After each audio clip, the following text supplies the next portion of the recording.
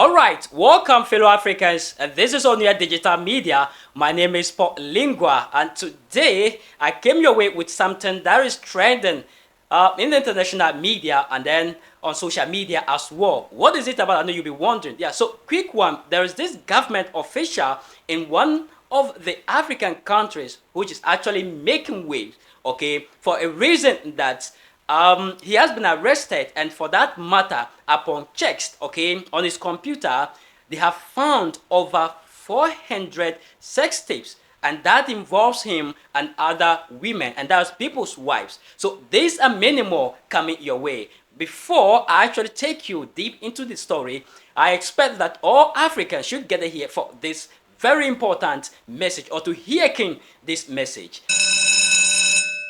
Alright, so I want to believe that every African is gathered here for this message because it's very important, and that is one of the characteristics of African leaders, undoubtedly. Yeah, so let's take a dive into the main subjects of discussion today. Yeah, so quick one. There is this report of an African, official in Equatorial Guinea who has been arrested, okay, and upon checks, the security officials realized that he had recorded, okay, over 400 sex tapes with either women, people's wives, cousins' wives, top officials, ministers' wives, okay? And this is actually sickening. And he has all of these footages on his computer, okay? Unknowingly to the wife that his husband has been sleeping with people's wives. All right, now let's actually take another look of the story in a deeper perspective. All right, so the Director General, okay, of the National Financial Investigation Agency in Equatorial Guinea, that is Baltasar Engonga, has been arrested for recording over 400 sex tapes of the wives of notable people in the country. Wow, that's interesting, right? But now, according to a report that is going Rift, okay, it stated that the scandal emerged in the course of a fraud investigation against the 54-year-old economist, which resulted in the search of his house, office, and impromptu notice by ANIF, that's officials, okay, who came across several CDs that later revealed his, sex tapes, okay, with different married women. Well, so this is what the story is all about. And trust me, if you go on social media platform, he has become the talk of everybody. He has become the subject of ridicule, the subject of discussion, making people believe that people occupying top positions are abusing those offices. You get it? So this is one of the things that people actually do not want their wives, okay, to work in some offices. Offices where we have people that assume positions that are higher, to the extent that they can use their position to influence the thinking of women. So many people fear having their wives working in those offices. Now, let's look at it. This is something that is common in Africa, and we all know that if any African occupies big position, there are two things that are involved. The person uses the office to extort money, undoubtedly.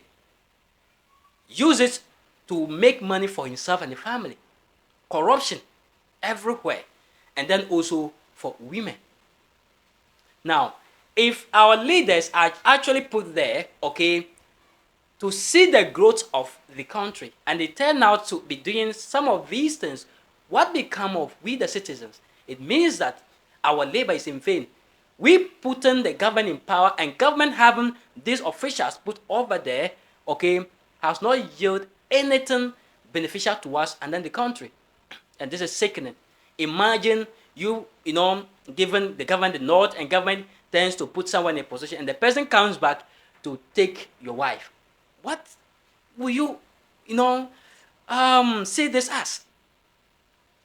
You get it? So it's so sickening that in Africa we have these things happening, and it's common that many people occupying big positions are using their offices to do this. Now, let's look at it this way. Someone may ask, so why would the police or the security agency arrest him?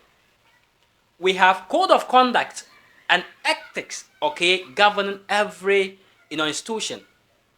And let me tell you, the code of conduct for public offices, okay, applies here.